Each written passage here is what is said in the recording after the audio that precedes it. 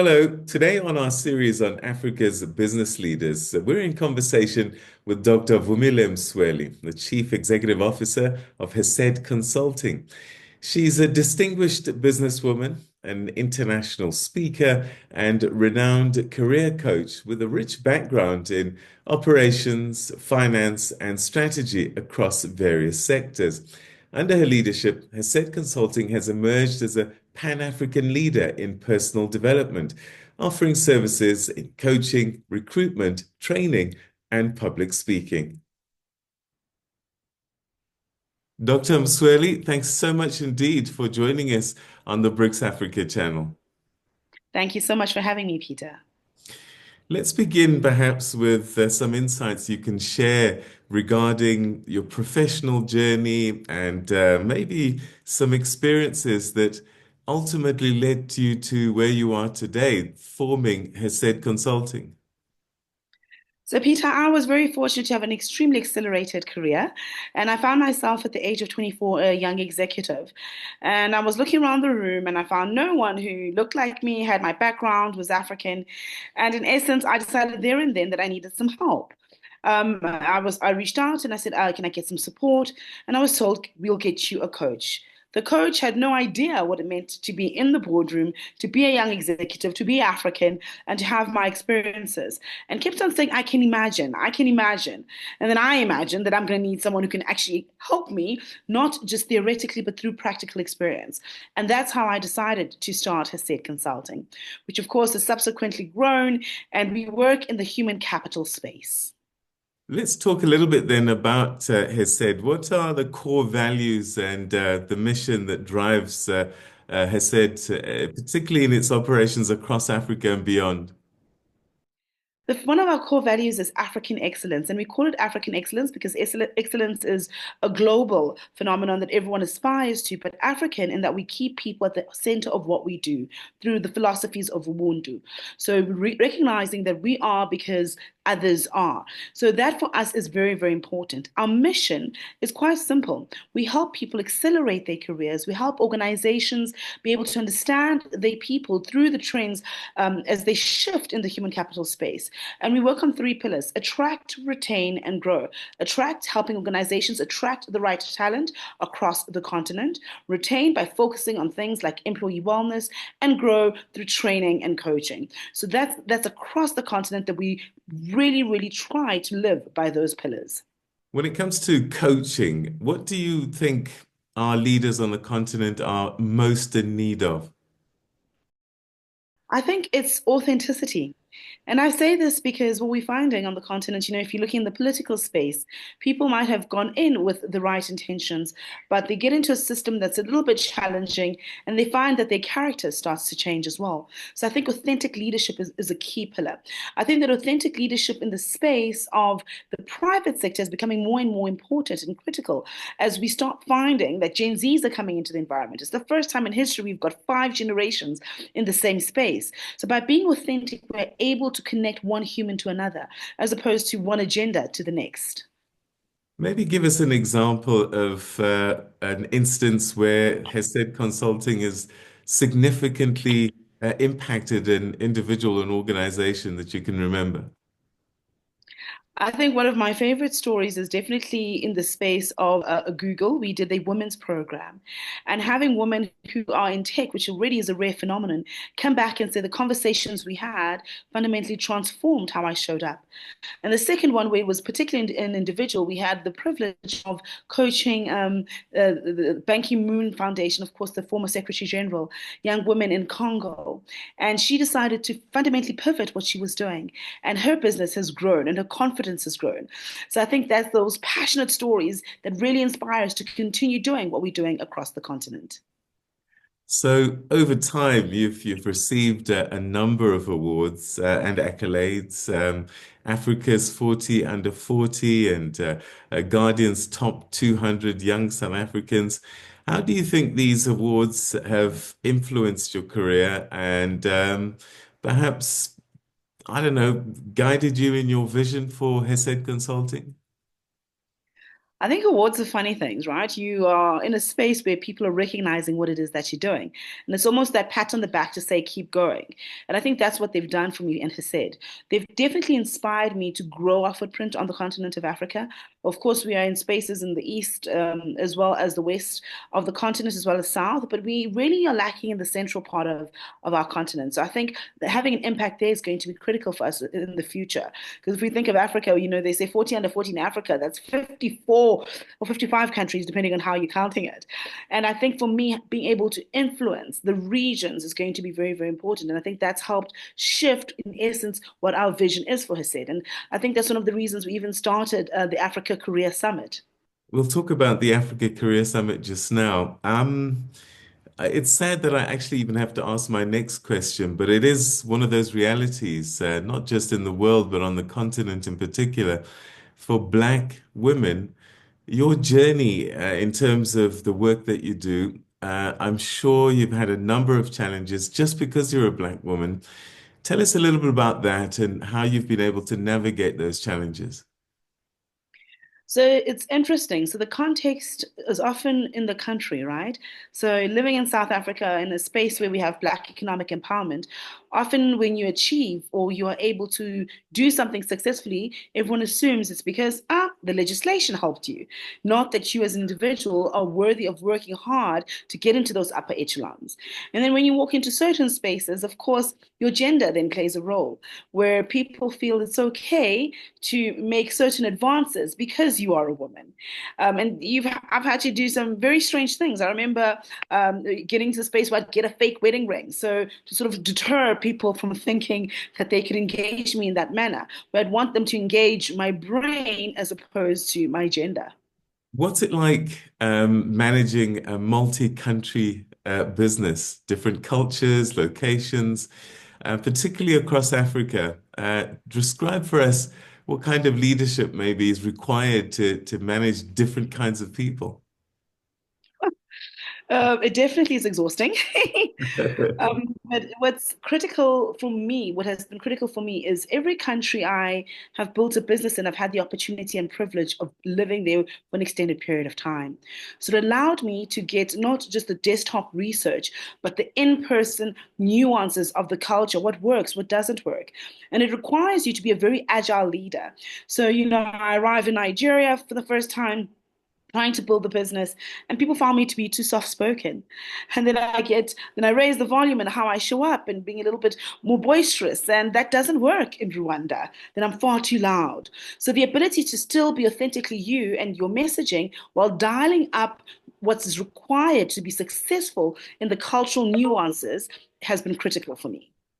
Um, an experience that I had, I worked with the BBC in London for a while, and one of the greatest gifts that I had is I worked with a lot of Africans from the continent, from different parts of the continent. And I have to be honest and say that that was the first time I really had an appreciation of us as Africans across the continent. I wonder if this is something that we need to do as a continent is genuinely know each other so that we can start to gravitate towards this identity of African in this true sense. Definitely. And I read an interesting study that said the DNA between a Southern African and a West African is more diverse than an American and a Chinese. So that just goes to show you, even at a molecular level, how diverse we are as Africans. And I think that diversity is is a stroke of genius in our continent. But then there's certain principles that still unite us. And I think appreciating the diversity while still remaining united in what we do have in common is quite important. I think sometimes we say an African mother is an African mother is an African mother. Many of our experiences there are quite similar. So, talk to me a little bit about the qualities. I mean, you're coaching and you're helping executives. What kind of leadership do you think we require for us to move forward as a continent and be all that we can be as Africa? I think there's the typical way of how people view us, right? There's the poor Africans, there is the concept of corruption in Africa. And I think for me, what is going to be imperative is leaders who can hold the vision. And the first is us being clear on what is the vision. I think that's where we can take a page from what Europe has done successfully there, saying as Europeans, we are united in our currency, we are united in our ability to transact and intertrade that has actually made them some of the biggest superpowers or kept them as some of the big superpowers. I think what we're doing with BRICS is a good example. I think intra Africa continental trade agreements are us going into the right direction. But I think our ability to have a vision for our continent and for us to determine what does it mean to be African in 50 years' time? What is our experience going to be? And us shaping and driving that narrative as opposed to us being told by the rest of the world. And I think leaders who can hold on to that vision are going to be the leaders that are going to take us forward on the continent of Africa. This is the BRICS Africa channel, so I have to ask about BRICS as well. Is the BRICS grouping something that you think about and put into your scope as a business? Given that you already have a fairly global outlook. I do. I think it's imperative, and I'll tell you why I think it's so important. It is the first time where we are seeing countries that were historically not seen as powerful unite to galvanize that power. I think it's been inspiring across the spaces of South America, Asia, and of course the continent of Africa, people seeing countries come together, have an agenda that will actually catapult other countries forward as well. I think the power of BRICS is something we cannot take for granted. I think typically when you think of former was now no longer known as third world countries, coming together is something that's unheard of. I think BRICS is historical. I think what BRICS can possibly do to change the lives of people, not just in BRICS, but across South America, across Asia, across Africa, is something we shouldn't take lightly. We often talk about, the challenges the continent faces. When it comes to human capital, when you travel the world, I'm astonished at the number of Africans that are doing amazing things in developed nations, leading corporations, leading in fields like engineering and medicine. And I suppose it speaks to our talents that we have. Take me through what you've seen in terms of our richness in terms of human capital on the continent. I think we underestimate the fact that our greatest resources on the continent of Africa is not our minerals, it's our people. And it's our people's ability to land wherever they may find themselves and to thrive. It seems like at times Africa is managing and surviving and sometimes thriving despite itself, despite its complications. It breaks my heart to see trends like Japa in Nigeria, where people are leaving the country to seek greener pastures in countries like Canada and the United States of America. That brain drain is something we cannot afford as a continent. But a part of me thinks the utilization of people in the diaspora to help put the continent forward is very, very important as well.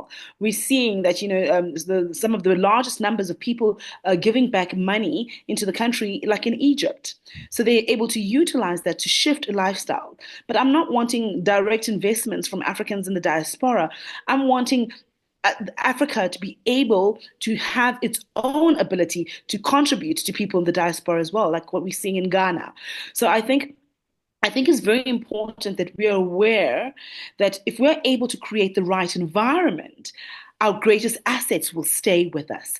No one leaves an organization where they feel valued and they can see their contribution.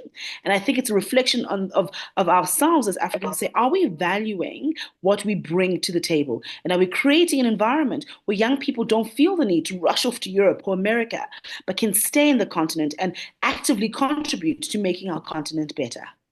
I think you've probably answered my next question in some way. South Africa is hosting the G20 this year, which means we genuinely have a global view of our continent. What would you like the rest of the world to see about us? I'd like the rest of the world to see that we are not a country, we're not a continent that requires aid, but rather a continent that is worthy of being invested in. I think that for me is important. I would like to see discussions about the continent of Africa happening from a space of collaboration, not dictatorship, where you do things our way or else. I think as for people to realize that, by the year 2050, 1 in 4 people in the world are going to be African. That is not a number to look down on. And I think with us having the youngest population, we have an opportunity to learn from countries like China, like Singapore, and how they've been able to pivot and leverage their advantage. This is our advantage. What are we going to do with it? Having a quarter of the world being African, but not that meaning something better outside of just a market that everyone else is selling to, but a market that can dictate what needs to happen for itself. Talking about young people and people in general, how do you see technology and innovation playing a part in what you do, personal development, and maybe even coaching going forward for the continent? I get quite excited because in my former life, I used to look at after Africa at Vodafone. So I'm very much close to the pulse of what's happening in ICT. I love the idea of technology because it's the first time in the history of mankind where you can go from being no one to being extremely wealthy overnight. It's the great equalizer. And I think it's great to say, yes, we've got technology, but if people cannot access that technology, it equalizes nothing. So, from my perspective, I think in the world of coaching, specifically career coaching, of course, technology is resulting in what we call the gig economy, where people are no longer working for one employer, but are able to work across the globe. So that is amazing. I think with the amount of young people we have, we need to start looking at ourselves as the work market that we have access to is no longer if you're sitting in Kinshasa in Congo, you're sitting in Mombasa in Kenya. It's now you can access anybody from Manila in the Philippines to someone who's sitting in Beijing in China. You now have the ability to contribute to organizations globally. So I think our ability to really start looking at technology as the great equiper that it is, but also access that it's giving us. And I think for me, that's where the fundamental shift is going to happen in the human capital space with employees no longer just being employees, but also being entrepreneurs, also actively contributing, not just receiving from organizations. One of your big projects is the Africa Career Summit. Talk to us a little bit about that and why it's so important to you. So it's actually the largest gathering of African professionals on the continent. And we gather to talk about what are the trends in the human capital space? What are some of the things that we perhaps are not thinking about that we should be thinking about for us to be successful in the future? I'm so passionate about it because it's really scaling up. It's saying I'm no longer having a conversation one on one, but I'm able to have a conversation with people across the continent, see the trends, and learn from each other. The ability to learn from each other for me truly is best practice. And I'm passionate about the Africa Career Summit because it gives us that opportunity. Hesed Consulting, what do you see for yourself and your organization maybe in the next 5 years? What's your mission vision? So definitely in the next 3 years, I will no longer be the CEO of Hesed Consulting. We're handing over to an incredible young woman who I think is going to take the organization forward. So I think it's also, a little lesson on leadership, when to know when to leave, right? So I think that's what's going to happen. I think Hesed Consulting is going to grow. We're already seeing some massive growth in our US market. We are growing on the continent. And I think it's really making sure we are creating platforms that unite Africans, that Africans get paid their worth, that they have access to information when it comes to the world of work. And I think we create something that's sustainable. That's really my prayer and my hope and vision for Hesed Consulting. What advice would you give young entrepreneurs, perhaps even young women, when they are thinking about becoming entrepreneurs and perhaps making a mark in the consulting and personal development space? Whew, the first is have patience. Rome was not built in a day, I can tell you that. Here I am 12 years later, and I'm an overnight success. So it's definitely having patience and trusting the process and the journey. I think it's leaving the work in the human capital space and personal development space is very sacred work because you get to shape how people see themselves and how they show up. And I think it's the ability to honor your clients and honor yourself in how you shop is very, very important. And I think scalability. You need to realize that often when we will look at personal development and coaching, you think you're it. The biggest lesson I've learned in my business is to scale, is to allow other women to join me and men to join me in the space and vision of Hesed, which means at some point you then have to surrender the control and trust that you've created a culture that can help people do that. And I think also it's starting with the end in mind, knowing what the impact is that you're wanting to do, and then reverse engineering. As we start wrapping up our conversation, what I've seen is that education has been a constant theme in your life. I wonder, maybe as an example to others, how important has that been? I think education has been critical. I don't think you would be sitting having this conversation with a girl from the dusty township of Chesterville had it not been for education. It really unlocks, and for me and for a lot of people, opportunities that you otherwise wouldn't have been privy to. But also, I think we sort of misalign what education is. It's not just the textbook. There's a beautiful Zulu proverb that says, "Indlela ibuzwa kwabaphambili." To get to where you're wanting to go to, you need to ask those who've gone before you. That in itself is a form of education. I fundamentally believe in learning from those around me. My grandfather had a beautiful saying that human beings are like libraries. He himself had been someone who only had a fourth grade education, but he said he learned from others. And if human beings really are libraries, when was the last time you read a really good book? I recently picked up crocheting, so I'm learning something to do with my hands now that I've never done before. Every single day, I invest in micro learning to ensure that I'm learning and I'm growing. So I don't want us to make the mistake of thinking education is only when you graduate from university. Education is all around us, and we must seize those opportunities to learn. Vumile, it's been a pleasure talking to you. Thank you so, so much indeed for joining us on the Brooks Africa channel. Thank you so much for having me, Peter. I truly appreciate it.